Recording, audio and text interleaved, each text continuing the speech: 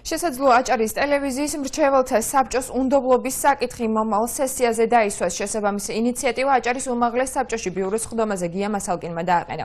დეპუტატი მიიჩნევს, რომ საინფორმაციო გამოშვების სრულ საათზე გადატანა მაყურებელთა უფლების დარღვევაა და ბორცვთან ამ კუთხით კითხვები არსებობს. დეპუტატის ამ განცხადებას უმრავლესობის წევრები დაეთანხმენ. უმცირესობა კი მიიჩნევს, რომ უმაღლესი საბჭო ტელევიზიის სარედაქციო პოლიტიკაში ერევა. სხდომას თავისუფალი დემოკრატების მხოლოდ ერთი წევრი თემურ კახიძე ესწრებოდა.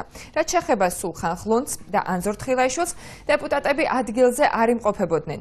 როგორც თემურ კახიძემ განაცხადა, თხილაიშვილს საკუთარი პოზიცია ჯერ კიდევ არ აქვს ჩამოყალიბებული. ბიუროზე განხილვის საგანი გახდა თემურ კახიძის თანამდებობაზე დარჩენის საკითხიც.